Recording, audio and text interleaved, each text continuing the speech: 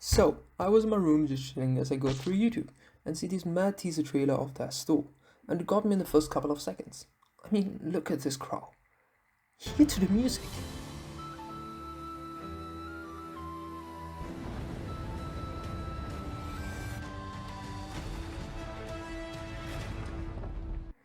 But because I ain't got no PC, I search if I can find it anywhere on PS4, because that's the only console that I got at that point. And I couldn't find it anywhere. So fast forward a couple of months, November, Switch OLED came out, I bought it, and I found that the game is gonna come out on every console. And because I got us OLED without many games, I thought that would be great. So while I was screaming of happiness in my room that the game is gonna come out, time passed and I got it day one. Day fucking one. And first thing that I did was playing Zelda Breath of the Wild because that game is so good. I still playing it. I got 100 hours in right now, and only now after finishing everything, I feel like booting that store up. So that's why the video is coming now. So yeah, I booted up that store, and after finishing it in a couple of days, I felt released from this endless pain. Yeah, but the important part is the game was fun. The game was actually fun. This game has so much value and it doesn't even cost much. It's like just 20 euros in Europe. I don't know how much you're paying in pounds or rupees, of course I'm in the dollar ones, but man, this game can take my money happily. Anytime. And isn't right now, the game's like 15 euros on the Nintendo eShop. So it's quite a steal for a game that just came 1.5 months ago out. But before I keep talking crap without even having a plan, let me stop myself and talk about it in a structured way. I mean, I'm argumenting here why you should get this game, not just talking crap about it. So, gameplay. First of all, I didn't feel it at all. The movement felt a little weird because it has like a really small delay, but after an hour in, it felt natural. The same counts for the combat system. Simplistic but quite challenging sometimes. At least if you're a casual player. Something that I don't have to worry about. Like the minions and shit are easy, but the bosses are quite challenging if you don't get the movement pattern. Of course, as soon as you get it, and are quite skilled with movement, then you got the soul in the bag. But what I really love about them is like their characters, their story, and just their vibes. Like the end boss, no spoilers, is so chill. And another one is like one of my favorite bosses now. I ain't gonna spoil nothing to you, but simply said, it's a big surprise when you meet him. The problem is that I couldn't find any extras or extra hearts or magic slots. What I mean by that? Let me explain.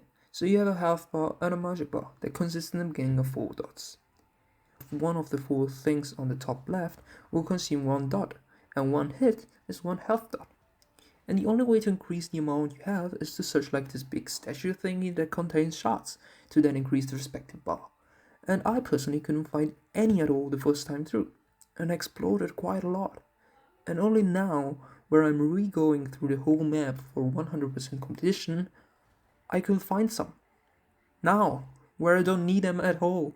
And I mean, the world you can explore is quite linear the most of the time, in the beginning at least, but if you see how everything is tangled together, you explore so much, and I finished the game and I'm still backtracking everywhere, but I still got a lot of places I didn't explore. I mean, I still got the game installed and feel like exploring it now. Man, what I would do just to see that 100% mark on the start page. I could talk hours long about the gameplay, but let me tell you about the story quickly. Yeah. Wait, I still got to talk about the abilities. So along the game, you also get new magic, like bow and arrow. Yeah, that's magic, and stuff like bombs. That's also magic, and you can get a grappling hook. That's the third magic weapon, and I love it. It's a shame you can't use it everywhere, but it's still such a great tool in the game. It's fun to grab yourself to enemy. But now something about the story. So you're this little raven that goes out to seek souls, because ravens increase their lifespan with it. At least that's what I got. So you get to work at this place where there is this other raven who gives you different contracts to kill enemies. So you're sent to kill this big souls, because big enemies, big souls. But after killing it, someone steals it. And because you have to complete that contract, you seek it out.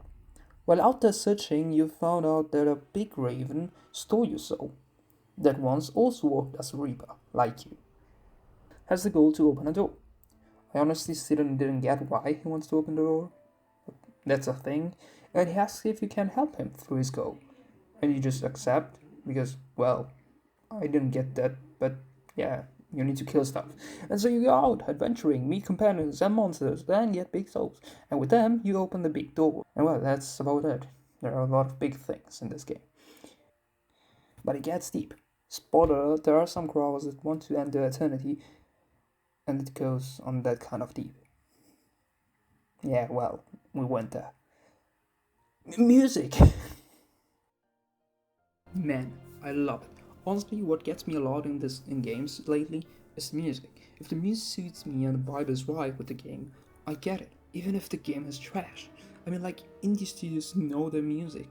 I mean, Ori and the Blind Forest has such a great OST, I bought it, but I never played the game. Moonlighter has such a great music. I played it and loved it. Only the second time I played it, like I'm undoubtedly the first time I tried it, but I loved it. Unravel, man, like, come on, have you ever heard that thing? It's awesome.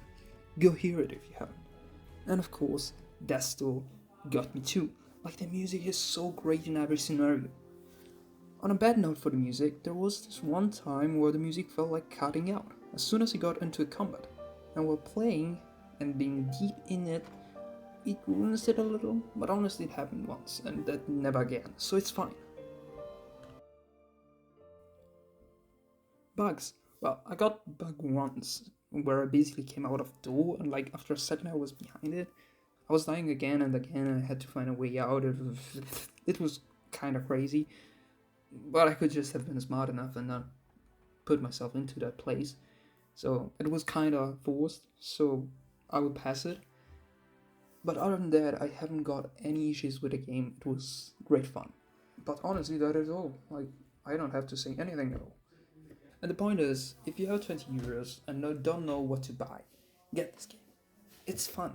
And if in the sequel they will just add some more content, because that's the biggest problems for me for the game is going to be amazing.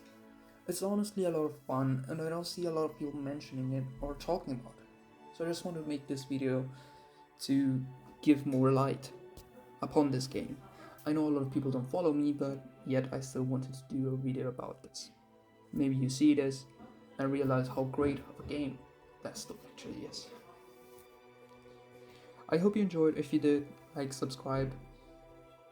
I see you next time.